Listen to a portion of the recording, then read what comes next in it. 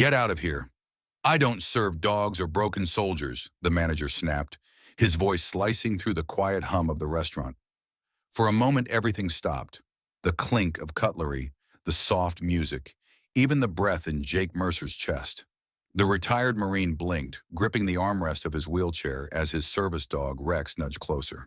He had faced war zones, explosions, and years of rehabilitation, but nothing prepared him for this kind of shame. Then, 4 chairs scraped the floor. At the far corner, 4 men rose in silence. Civilian clothes, but military in every movement. One stepped forward, calm, unshaken. "Is there a problem here?" he asked. What happened next would change the restaurant forever and spark a movement seen by millions. Jake Mercer was 38 years old, but he had lived through enough pain and perseverance to fill 3 lifetimes. A former staff sergeant in the United States Marine Corps, he carried the quiet presence of a man who had seen too much and said too little. His eyes, calm, pale blue, held stories that didn't need to be told aloud. He had deployed twice to Afghanistan, leading a tight-knit combat unit through some of the harshest terrains in Helmand Province. It was during his second tour that everything changed.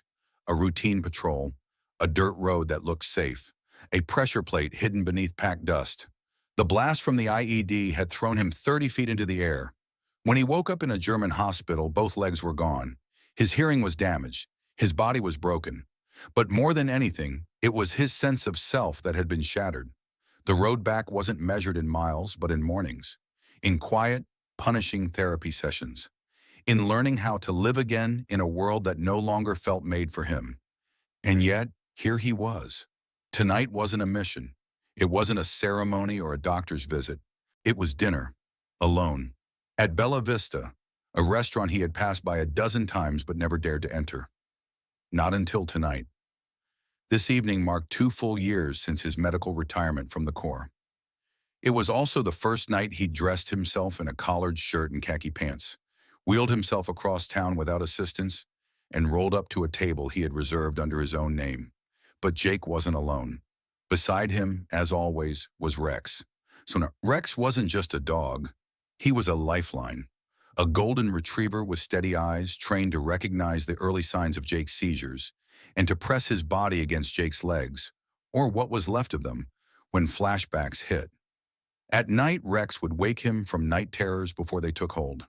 In crowded places, Rex would gently guide his chair clear of overstimulation. But above all, Rex was constant. While people had disappeared, some out of fear, some out of awkwardness, Rex had remained. Their bond wasn't built on commands or tricks. It was built on breath, on rhythm, on trust. As Jake approached the restaurant entrance, the polished glass doors reflected his lean frame, his strong arms gripping the wheels, and Rex trotting dutifully beside him in his navy blue vest. For just a moment, he let himself feel it. Pride. Not because he looked like the man he once was, but because he had survived long enough to become the man he was now. Jake took a breath and nodded to Rex. "Let's eat, buddy." Bella Vista didn't shout wealth. It whispered it. The kind of place where candles flickered in crystal holders, conversations were murmured over risotto, and every waiter seemed to glide rather than walk. Tucked into a historic corner of downtown San Diego, it was the type of restaurant that boasted a 2-week wait list and a dress code that wasn't printed on signs. It was understood. The lighting was golden and low, like the inside of a jewelry box. Tables were spaced just far enough apart to give the illusion of privacy, and the menu featured phrases like locally foraged and handcrafted reduction. For Jake Mercer, it was the battlefield of a different kind, not one of dirt and shrapnel, but of judgment and glances. At the helm of this curated world stood Vincent Caruso, the general manager. In his mid-40s, Caruso wore tailored suits and a permanent look of stress concealed under a professional smile. He had spent the last 2 decades climbing the ranks of the high-end hospitality world and treated Bella Vista like a shrine. Every table, every wine pour, every folded napkin had to be perfect. And tonight, that perfection was under threat. Rumor had it that a well-known food critic, anonymous but influential, was dining that week. Caruso didn't know which night, which table, or even if it was true, but he wasn't about to take chances. He'd already fielded 2 bad reviews online this month, and the owner had left a voicemail that could only be interpreted as a veiled threat. If anything made Bella Vista appear less than exclusive, a delay, a loud guest, or, God forbid, a scene, Caruso knew his position could be next on the chopping block. So when the hostess Sarah greeted a man in a wheelchair, with a golden retriever in a service vest, Caruso instinctively straightened from behind the bar, eyes narrowing. He clocked the uniformity of the dog's gear, the worn scars on the man's hands. But to Caruso, it wasn't about empathy, it was about optics. Meanwhile, tucked quietly into a back corner near the windows, a table of 4 well-built men dined in near silence.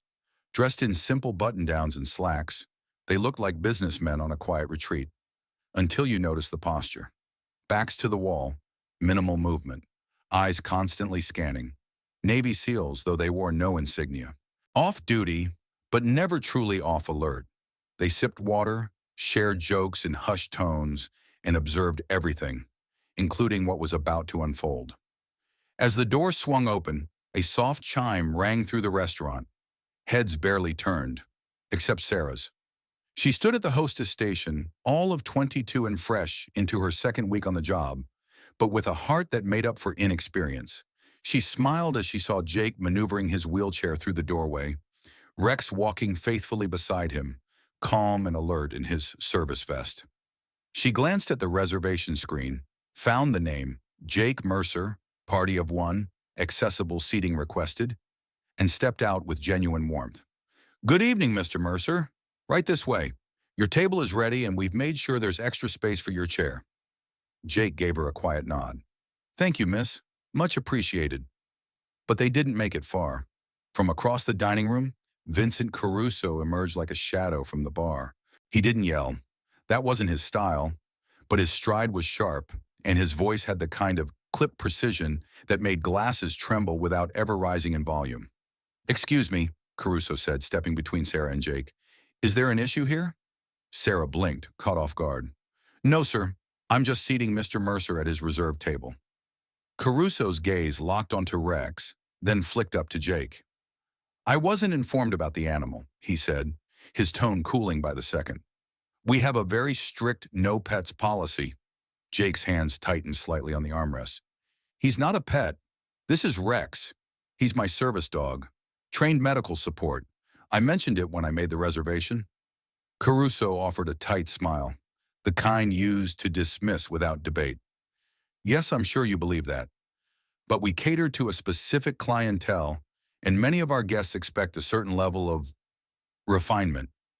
Animals, regardless of purpose, don't fit with that ambiance." Sarah shifted uncomfortably but didn't speak. Jake, to his credit, didn't raise his voice. "Sir," he said evenly, "I'm a disabled veteran. Rex is certified under the Americans with Disabilities Act. He assists with seizures, mobility, and PTSD regulation. It's against federal law to deny access because of a service animal." Caruso's eyes narrowed. "We've had people come in with emotional support dogs before. Therapy pets, comfort animals. I'm not interested in debating classifications. This is a fine dining establishment, not a recovery center." The words hung in the air like a slap. Jake could feel the attention turning toward them now. Diners slowing their forks, conversations stalling mid-sentence. He looked down at Rex, who had instinctively pressed closer to his leg. "Again," Jake said calmly, "this is not an emotional support animal. He's a fully trained service dog, recognized by federal law. If there's a question, I'm happy to provide documentation." But Caruso was already shaking his head. "I'm sorry, Mr. Mercer. I'm going to have to ask you to leave. We reserve the right to refuse service, and this situation simply doesn't align with our standards." What he didn't notice, what he failed to sense, was the subtle shift in energy coming from the back corner. 4 pairs of eyes had locked onto the exchange. Their posture hadn't changed, but their attention had sharpened. The temperature in Bella Vista was about to drop. The clatter of silverware had gone silent. Conversations died mid-sentence. And though no one stood yet, every eye in the restaurant had subtly turned toward the entrance, where tension now hung like smoke in the air.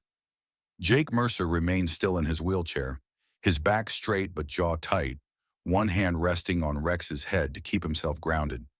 The manager's voice had gone from polite to sharp, not yet shouting, but rising in volume and condescension. I already told you, Caruso snapped, gesturing vaguely toward Rex. This is a dining room, not a kennel.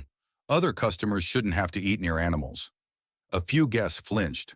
Others looked down, pretending not to hear. Jake's voice remained calm, though a slight tremor passed through it. Rex is a service dog. He's medical equipment, not a pet, just like a wheelchair or a prosthetic limb. Denying me service because of him is a violation of federal law. Caruso threw up his hands. You people always come in quoting laws like it gives you permission to do whatever you want. You should have told us beforehand if you were going to bring that. That what, sir? Jake said quietly. That lifeline? That partner who kept me alive through 2 tours and helps me survive civilian life now? Caruso leaned in, louder now, frustration boiling over. Listen, I'm not going to let you turn this into a spectacle. You're upsetting my guests. No, a low voice said from the far corner. You are. 4 chairs scraped back across the floor. At table 14, the seals stood in unison. Nothing flashy, no shouting, just 4 men standing tall, in civilian clothes but unmistakably military in presence, like they'd all agreed to the move without needing a single word. Lieutenant Commander Marcus Rodriguez stepped forward. His face was calm, unreadable, but his posture radiated quiet authority. His teammates flanked him, silent but alert. Rodriguez addressed Caruso without raising his voice. We've been watching this unfold, he said, and we're telling you, you're wrong. Caruso's face twisted. Excuse me. You're violating the Americans with Disabilities Act, Rodriguez said simply. Section 2182. You can't deny service to someone with a certified service animal. I don't need a lecture from someone who wasn't part of the conversation, Caruso snapped. Actually, you might, said Petty Officer Thompson, stepping up beside Rodriguez, his broad frame casting a shadow over the manager. Because you've now humiliated a decorated veteran in public, in direct violation of federal law, with a dozen witnesses and a few recording devices to prove it. Caruso glanced nervously around the room. He saw phones out, faces watching, some sympathetic, others stunned, a few angry. I reserve the right to remove guests who cause disturbances, Caruso insisted. He made the other tables uncomfortable. You made them uncomfortable, Rodriguez corrected him, by treating a fellow Marine like he was less than human. Jake looked up, surprised at the use of fellow. It was subtle but intentional. Caruso's voice faltered. This is my restaurant. No, Rodriguez said, cutting him off gently but firmly. This is America, where laws exist to protect people like Jake Mercer from exactly this kind of treatment. Esterary, Petty Officer Martinez spoke for the first time. You're not just dealing with public outrage. You're staring down a lawsuit, one that any civil rights attorney would be happy to take pro bono. Rodriguez stepped closer. His voice dropped a register, not threatening, just final. Or, he said, you can do the right thing. Right now, seat the man, apologize, and fix this before it becomes something much bigger than your restaurant. The silence afterward was deafening, and the choice sat heavily in the air. The restaurant had gone still. It wasn't the kind of quiet that came with fine dining or dim chandeliers. This was heavier, a silence pregnant with tension, with 100 unsaid judgments floating between tables. Then quietly, a fork clinked against a plate. Someone near the bar whispered, "Did he really just say that?" Another voice, hushed but firm, muttered, "That's a service dog. You can't do that." Jake sat frozen. He wasn't new to confrontation, but he was used to facing it alone. In VA lines, in job interviews, in stares at airports. But tonight, something was different. He wasn't standing by himself. From a corner booth, an elderly woman with silver hair and a pearl necklace slowly stood up. She clutched a handbag to her chest, her spine straight with the dignity of another era. "My husband served in Vietnam," she said, her voice trembling but unwavering. "He came home with more scars than medals. Back then, people spat on him, called him names. It took years for this country to honor what he'd given. We promised it would be different for your generation." She looked at Jake, her eyes glassy with emotion. You deserve better than this, she said softly. All of you do. A soft murmur of agreement spread through the room. Someone near the center table nodded. A young couple whispered between themselves, then turned and gave Jake a thumbs up. Vincent Caruso swallowed hard. His posture was rigid, but cracks were showing. His jaw twitched. His hand tugged the cuff of his sleeve as if to reset control. Ma'am, he said, forcing calm, I understand your perspective, but this isn't about politics. It's about the law, a man cut in from a nearby table. All heads turned. The speaker was in his 40s, wearing a tailored suit, still seated but angled toward the confrontation. His voice carried the certainty of someone used to courtrooms, not dining rooms. I'm a federal civil attorney, he said, setting down his wineglass. And what you're doing right now is textbook discrimination under Title III of the ADA. Caruso tried to speak, but the man raised a hand, not impolitely but firmly. Refusing service based on a disability-accessible service dog is not only unethical, it's illegal. If you continue this, not only could you face civil litigation, but given how many witnesses you now have, I'd be stunned if this didn't turn into a national story. Across the restaurant, phones were already out, cameras rolling. Screens glowed in dim light like fireflies during a storm. Rodriguez hadn't said a word in over a minute. He didn't need to. The momentum had shifted. The restaurant wasn't with Caruso anymore. They were with Jake. Even Sarah, the hostess, had tears in her eyes. Quietly, she placed a napkin on the table Jake had reserved, then turned back and stood beside him. We set this table for you, Mr. Mercer, she said softly, and we stand by that. For the first time in the night, Jake didn't feel like a burden. He felt seen. Outside, the red and blue lights flashed against the cobbled sidewalk like lightning caught in a loop. Inside Bella Vista, tension clung to the air as tightly as the steam rising from untouched pasta dishes. Every eye was on the door. It opened with a soft chime, strangely polite for such a dramatic moment. Sergeant Lana Wong entered first, composed mid-40s, her gaze sharp and observant. Beside her was Officer Miguel Ramirez, younger, steady, hand resting near his belt but not tense. They paused just inside, taking in the scene. Caruso was already moving. He met them halfway across the dining room, gesturing with the flair of a man used to asserting control. Officers, thank you for coming, he said, voice dripping with rehearsed indignation. I've got a situation here. These individuals, he motioned broadly toward Jake and the SEALs, are refusing to leave after being asked repeatedly. They're disrupting service and intimidating staff. I believe one of them even threatened me. Sergeant Wong didn't write anything down. She simply raised an eyebrow and turned toward Jake, who was still in his chair, calm and silent, with Rex seated loyally at his side. Rodriguez stepped forward, measured and respectful.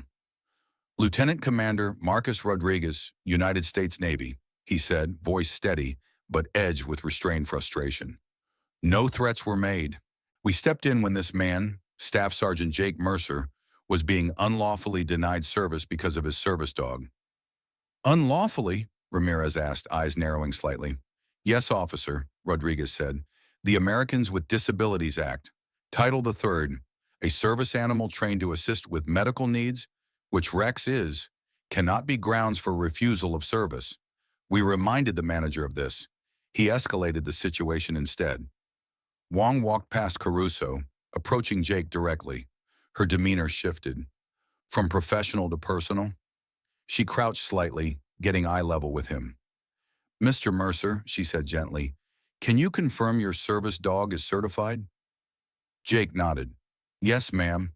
He's registered, trained for seizure detection, mobility support, and PTSD regulation. I have his documentation here. He reached calmly into his bag and produced a laminated card and paperwork. Wong didn't even take it. One look at Rex, calm, focused, vest clearly labeled, was enough. Ramirez leaned slightly toward Wong. We've got at least 7 people recording, he whispered. Wong turned back toward Caruso. Sir, are you aware of the legal protections provided by federal law for disabled persons with service animals? Caruso's bravado faltered. I was under the impression that you could pick and choose the law based on your decor?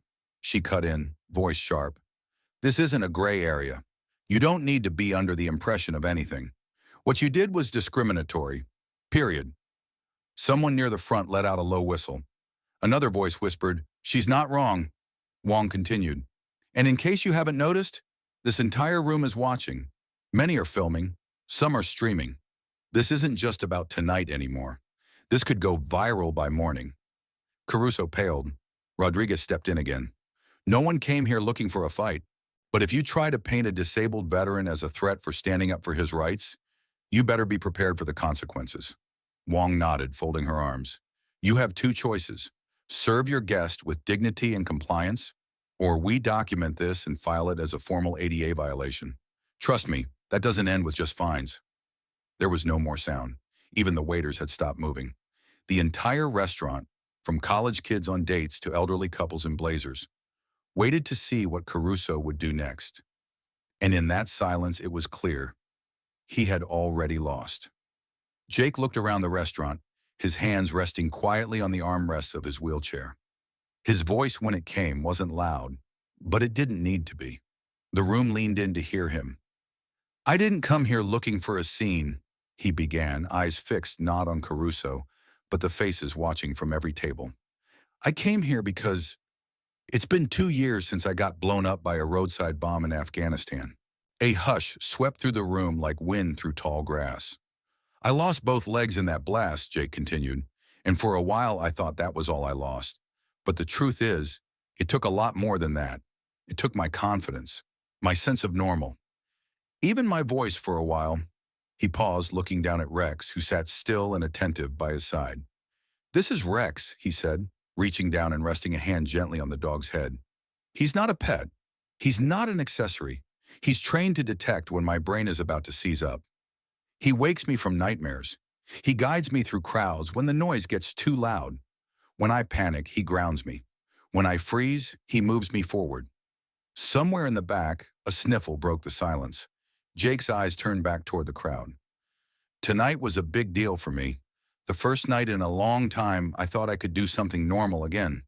Just eat dinner, like anybody else." He swallowed hard but didn't let his voice break. "I didn't ask to be treated special. I just wanted to be treated human." That landed. A woman at the bar lowered her glass and wiped a tear from her cheek. A man near the window clutched his wife's hand. Even Sarah, the young hostess, had tears in her eyes. Jake glanced toward Caruso, then back to the room. "I'm not the only one like me," he said. "There are thousands of veterans with injuries you can't always see. If we let one person be pushed aside, it makes it easier to push the next one." He offered a soft, tired smile. "So thank you to those who stood up tonight. Not just for me, but for what's right." The applause didn't come in thunderous waves. It came gently, hesitantly at first, like raindrops on a window. But it spread. One table, then two, then a dozen. Soon the entire room was clapping. Vincent Caruso stood motionless, a man slowly realizing the gravity of his mistake. His once pristine suit now looked stiff, out of place like armor that no longer fit. His shoulders sagged. The air of authority he carried minutes ago had been stripped bare by the weight of truth, of public shame, and of Jake's quiet dignity. He stepped forward, hands trembling slightly. His voice, when it came, was rough around the edges. "Staff Sergeant Mercer," he said, his eyes meeting Jake's for the first time without condescension. I was wrong." He looked around the restaurant, swallowing hard. "I let my fear of losing control cloud my judgment. I thought I was protecting the image of this place, but in doing that, I forgot what really gives a place like this any worth." His voice cracked. "People." The crowd listened in complete silence now. No phones raised, no whispers, just stillness. "I owe you an apology," Caruso continued. "Not just for tonight, but for what it represents. For every veteran who's ever been made to feel like they don't belong in the country they fought for." Jake gave a slight nod but didn't speak. Rodriguez, standing just behind him, took a step forward. "There's something you can do that'll mean more than just saying sorry," he said calmly. "Implement a training program, not just for your staff, for every restaurant in your chain. Help your team understand what service dogs do, what veterans face, and how to treat all guests with dignity." Caruso blinked. "A training program?" Jake finally spoke, his voice low but certain. "He's right," he said. "This was never just about me. It's about making sure the next guy in a wheelchair doesn't have to explain his worth before he can order dinner." He paused, then added, "If you're serious, I'll help. I'll talk to your staff. I'll share my story." Caruso nodded slowly, the weight of redemption finally sinking in. "I'd be honored, truly." Rodriguez looked around the room, then added, "Veteran-friendly isn't just a label. It's a responsibility, and it starts with people like you owning your mistakes." So Caruso extended his hand, not out of obligation, but something closer to humility. Jake took it, firm, steady, without bitterness. The room remained silent, not out of awkwardness, but out of respect. A line had been drawn that night, and then it had been crossed, not in anger, but in healing. 6 months later, Bella Vista looked the same on the outside. The warm lighting, the polished glass, the soft classical music floating from inside. But for those who knew, everything had changed. The restaurant that once quietly turned away a veteran had now become a national model for veteran inclusion. A small bronze plaque hung near the front entrance. Veteran-friendly certified, all are welcome. Inside, every staff member had gone through ADA and veteran awareness training. But more importantly, they had embraced it. They didn't just memorize policies, they internalized the stories behind them. Leading that transformation was the very man once turned away.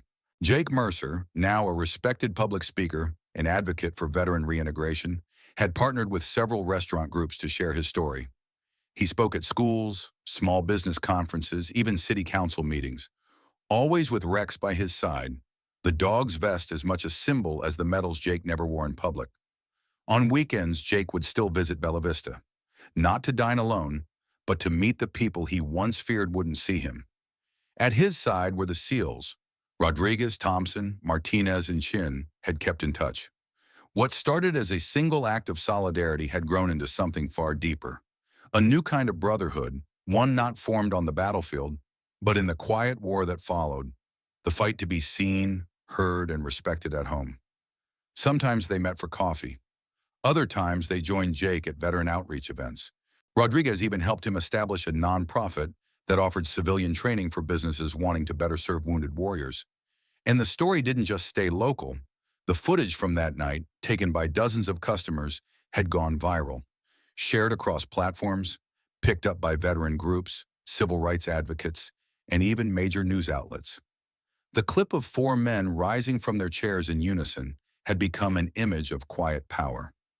Jake's calm speech, "I didn't ask to be treated special, I just wanted to be treated human," was quoted everywhere from TV interviews to military family Facebook pages. Policy change followed. Within months, multiple restaurant chains reevaluated their inclusion protocols.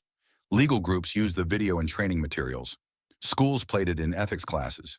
But for Jake, it wasn't about views or reform statistics. It was about the night he finally reclaimed his seat at the table, not out of pity, but out of earned belonging. And about the dog at his side and the warriors who stood behind him, reminding the world that some battles are fought not with weapons, but with courage, law, and the will to do what's right.